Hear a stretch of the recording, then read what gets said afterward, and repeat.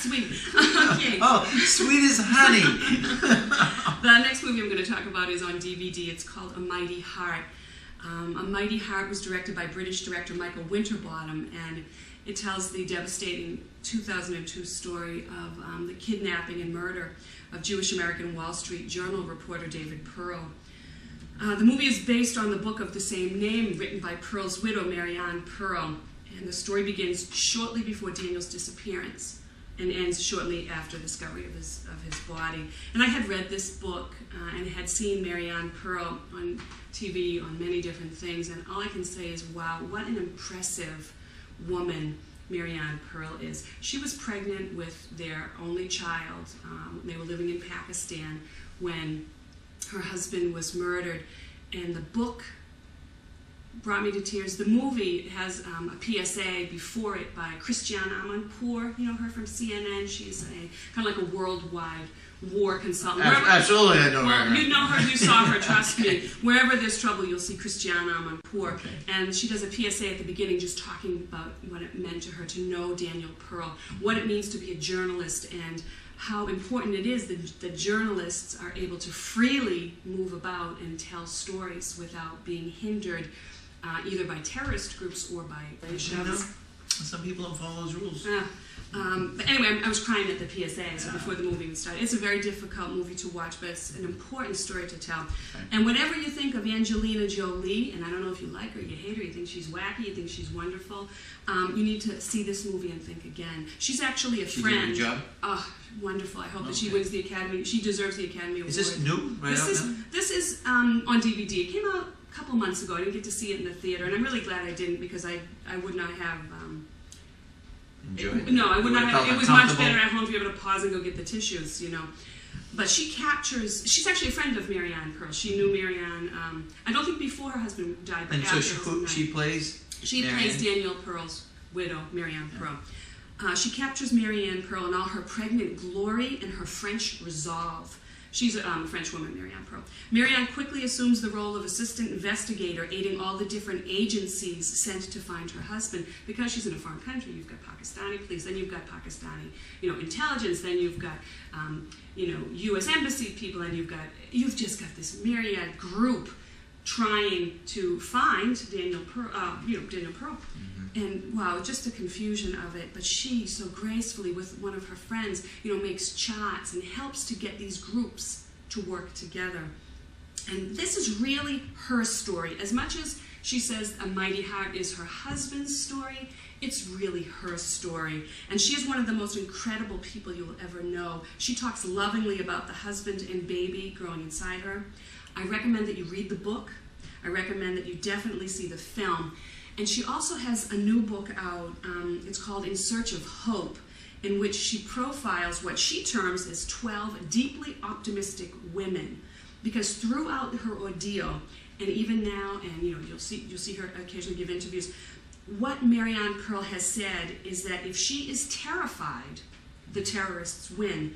And with this film, it is clear she's not terrified, only invigorated. They have given her strength. They have, by killing her husband, they have created in her, I think, a burning desire and a passion to not only remember him and the incredible work he did during his life, but again, she just reiterates over and over in the book, over and over, I have to have hope, I have to have hope. Even after her husband is found murdered, I have to be hopeful. I have this baby growing inside of me. I have to believe in my heart. She wants the world to be a better world for her child. Exactly. She's doing it through love instead of through vindictiveness. Mm-hmm. Beautiful, beautiful movie. I mean, the thing about it is, you know what's going to happen, but it's still, the movie is gripping, and But you don't know how she's going to respond. Right, you don't know how she's going to respond, and just to see the way that she handles everything, and how does she portray the Pakistani people?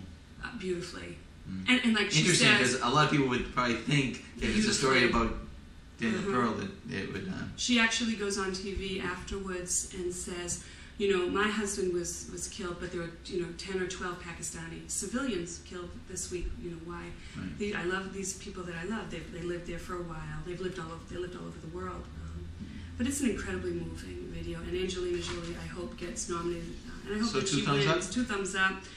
Not an easy movie to A see. moving Very, story. very moving. Beautiful movie. It's rated R, a lot of, just for language. And was she happy with the way the movie came out? Yes, very happy with her. Did you watch the portrayal. trailers and the other parts of the, is there like on the DVD? There were no or extras other? on this DVD, but probably when You are watching there will be. stolen DVDs that have been copied or something? Okay. They just weren't the extras. Like, the only extra was the PSA by Christiane Amanpour, which I highly recommend that you watch as well. You know, the menu will come up and it will say watch movie with PSA, watch movie without. Please watch it. It's 2 or 3 minutes long, and it really frames nicely the story that you're going to see. And I'd have to say, talks a little bit more about Daniel Pearl. This movie is really, as much as it's a mighty heart about, she's talking about her husband, Daniel Pearl has a mighty heart. It's really Marianne Pearl who has the mighty heart. It is her story, and it's a beautiful story. And you have to say, you know, well, anyway, see it. Good, I highly good one recommend to see. that you recommend it. I'm glad that, you know, it's a refreshing that you like the movie lately. I mean, No, I liked a lot of what I did last time. I think this time, I don't know, I didn't see a whole bunch that I really, really liked, and unfortunately, the next movies, one I Another really didn't one. like at all. Well, you know what? You're saving these viewers I'm time saving and money That's because right. you know ahead of time that don't even bother. And there's probably a lot of, and I'll tell you, there's probably a lot of problems with the way I reviewed this. We'll talk about that after. This movie's called Disturbia. It's PG-13. I'm disturbed already. And Disturbia literally starts with a bang. One of the most disturbing car crashes I have ever seen. I mean, whoa, you know, incredible. And throughout the film, things disturb me. The film stars former Disney star Shia LaBeouf, and you might know him from Even Stevens on the Disney Channel. No, And I he missed was that. in Holes. I saw Holes, but which was the kids' movie. Great movie, yeah, great movie. Louis Sachar novel. And who did that? The people that do, you know, Bridge to Terabithia. Remember I talked about that? That group of studio? people. Yeah, I All right, know. well anyway, Okay. you'll know him from Holes. And here he stars as good kid gone bad, Cale Brecht. Cale, this must take place in California. After committing a crime at school, he's under house arrest, ankle bracelet and all, and loving every minute of his electronic-infused freedom from school. He surfs the web, downloads music, watches nonstop TV, until finally his hard-working, exasperated mother pulls all the plugs. It's only after Cale unplugs his endless electronic gadgets that he can plug into the neighborhood, this suburbia, I guess that's where Disturbia comes from, around him. While watching a neighbor with his binoculars, he determines that the neighbor is in fact a serial killer on the loose. Reminiscent of Hitchcock's great Rear Window, and if you've never seen Rear Window, I highly recommend you skip Disturbia and rent Rear Window. And that stars Jimmy Stewart and Grace Kelley. Anyway, I guess this is supposed to be kind of like a modern retelling. However, it has none of the style. Where Jimmy Stewart is stuck inside because he's broken his leg. Oh no, is it Jimmy Stewart? Yeah, it's Jimmy Stewart. Cale is stuck because he's broken the law. Where Grace Kelley in Rear Window is all style and class, in fashionable dresses and perfect coiffes. Cale's newest neighbor, Ashley, is all tart and precociousness, Lolita-like with her slithering hips and bedroom eyes. I found it disturbing to watch Cale and Ashley quickly forge a physical relationship based on nothing. And most disturbing, I don't want to see Shia LaBeouf's tongue while the two French kiss. To me, he will always be Stanley You Yelnats. learn everything here on Talk of the Town. To me, you know, Shia LaBeouf will always be sweet, cute Stanley Yelnats from Holes. I don't want him to grow up so fast. And these kids just seem way too sophisticated in their relationship. Now, like I said, there's probably some problems with me reviewing this. This is probably just a mom of teens talking here. You want but more that's dialogue, who I am. obviously. Yeah, She's they don't into talk. dialogue. I'm sorry, but when I was a teenager, I talked to my boyfriends. I really did. Notice she said There's none of that. boyfriends. Well, I had a few, yeah. No, at the same time. And again, that's who I am. I'm a mother of teens. This relationship disturbed me. It really, truly did. David Morse, you might know him from Hack. Remember that show about the cab driving vigilante? That was a really good show. It was not for long. He was also in Saved myself a lot 16 of time. Blocks, which I seem to mention Yes, all you the have, actually. I time. still haven't See seen that. 16 Blocks. And he was also in a great film called Crazy in Alabama. So there's another film. If you've never seen Crazy in Alabama, that was Antonio Banderas' directorial debut, and it starred his wife, Melanie Griffith. And it's from the book of the same name, written by Mark Childress. And it's about Alabama during civil rights time. And David Morse plays a great character in that story. But anyway, in this, unfortunately, He plays the neighbor in question, who they think is a serial killer, Robert Traynor. And I usually really liked David. And he figured it out Cross. just by using binoculars. Yeah, well, he heard something on TV that kind of made him suspicious about a car and denting. Like I said, I usually like him. But you can see even he knows this isn't worth him. And although equal parts charm and menace, he's definitely been better. Well, he's been given better things to do. Although I really didn't like it, it moves quickly and will get your attention. Just like their for good or relationship bad. did. Yes, Move quickly. exactly. Everything is quick. Exactly. So I have to say, I sat there and was mesmerized by it. Mesmerized. It's about an hour and 40 minutes, and it goes like that. So there's some merit to the film, and it is interesting in some parts. But mostly it's just derivative of other things, Rear Window, cheap slasher films. So at least it's over quickly. Anyway, so I would have to give it probably 2 thumbs down. Although my kids, the kids loved it. They saw it. The older kids, they thought it was great, and maybe that's who it's meant for. I'm getting too old. I'm getting You're not too old. for that. I don't know. Just because That you only like disturbs only me. classic films. No, Then. that's not true. Anyway, let me see what's out new on DVD. Let me check the time. How much? A couple more minutes. How many? 2? We got time because I have a lot of things I can talk about. We'll keep talking. Out new on About 10 DVD, we were talking about It's a Wonderful Life, which is going to be at Randolph. There is a brand new collector's edition out, which I can't wait to buy. And what's in the because collector's edition? I don't know, but I'm sure it's going to be pretty cool. And I just want it on DVD. I'm sure it'll be remixed, remastered, digitally remastered, so it'll be a lot better than the VCR tape I have of it. What's a VCR? I know. Shrek the Third came out this week, and I reviewed that a long time ago. Didn't like it. Thought it was a waste of time. Fantastic Four, Silver Surfer, didn't like that either. But Gracie is a movie I didn't see, but my kids saw. It's about a young girl playing soccer, and they really enjoyed it. So I can't say I saw it, but I can tell you they liked it. A very good girl empowering type movie. And I Now Pronounce You Chuck and Larry is out on DVD. I did see that over the summer, and again, I can tell you it's very juvenile and it's humorous. That's why my son wants to see it. I found it, I'm not going to call it homophobic, but I don't think it was all that